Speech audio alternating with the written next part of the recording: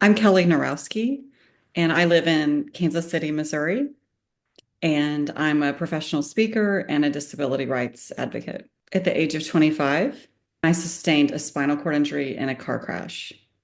I'm 52 now, so I had 25 years of not identifying as having one, and then shortly after the car crash, um, I realized I was going to be a wheelchair user, and that's a visible disability. So that's certainly when it, hit me. I remember laying there, I was in ICU for a month, and at some point I had an aha moment, like Oprah Winfrey calls them. And I thought, oh, they're the same as me.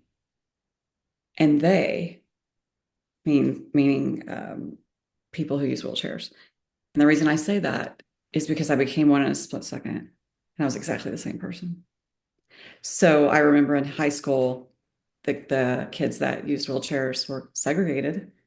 They were all in the gym on the side, and I didn't think about it. I didn't think about it. I never thought about it, but in retrospect, I guess I assumed they were inherently different than me in some way. It never occurred to me to go over and say hello and introduce myself like it would, I would someone that was walking, a kid that was walking. So I would say that demonstrates my point is that we're all the same and all different, just as all the people without disabilities, just as much variance. I remember the first time I ever went out in public as a wheelchair user, and I went to, I'd only been a wheelchair user for a couple months, and I went out with a friend in Santa Barbara. That's where I was in the hospital. We left the hospital and went to a restaurant slash bar right on the ocean. And the musician came up to that was playing live music, came up to my friend and said, "She's so pretty. Can she talk?" And I thought, oh, this is what life's going to be like now.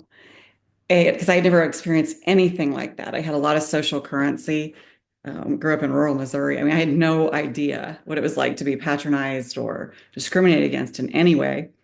So that was my very first time of experiencing something like that. And that sort of thing, the attitudes, the pity, the patronization, the unsolicited offers of assistance, the assumptions about my abilities, about my socioeconomic status.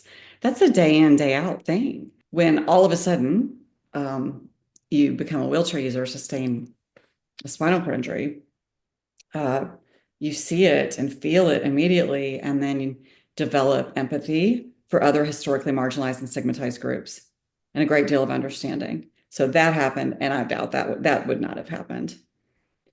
Also, I kind of have a theory, this is not research based, it's a Kelly theory, that when you sit down all the time, you are kind of forced to be more introspective. So I remember before my injury occurred, go, go, go, Stairmaster for an hour and a half, work two jobs. You just move all the time, constantly. So you can keep yourself so busy and move so fast that you don't have to think and think and think and overthink. When you're forced to sit down all the time and slow down, you ponder more.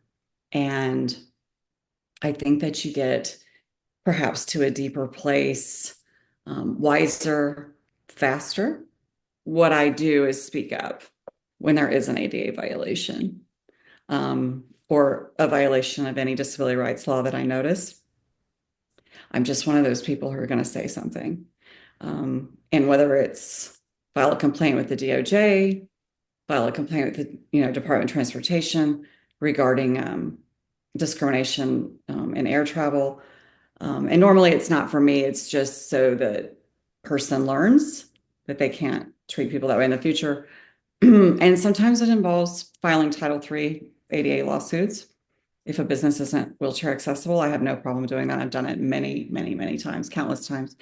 And then they have to fix it. I get no money. I don't want any money. The violator just has to pay my attorney and theirs. I have no trouble doing that, but I am cognizant of the fact that not everybody has my personality type. So, or my knowledge, right? So I have a master's in disability studies and I have a ADA coordinator certification. So I feel like it's my job because some people are just trying to survive the day to speak up and use that knowledge and then that feistiness, call it whatever. It's a trait. I don't care if someone likes me or not, as long as I'm doing the right thing.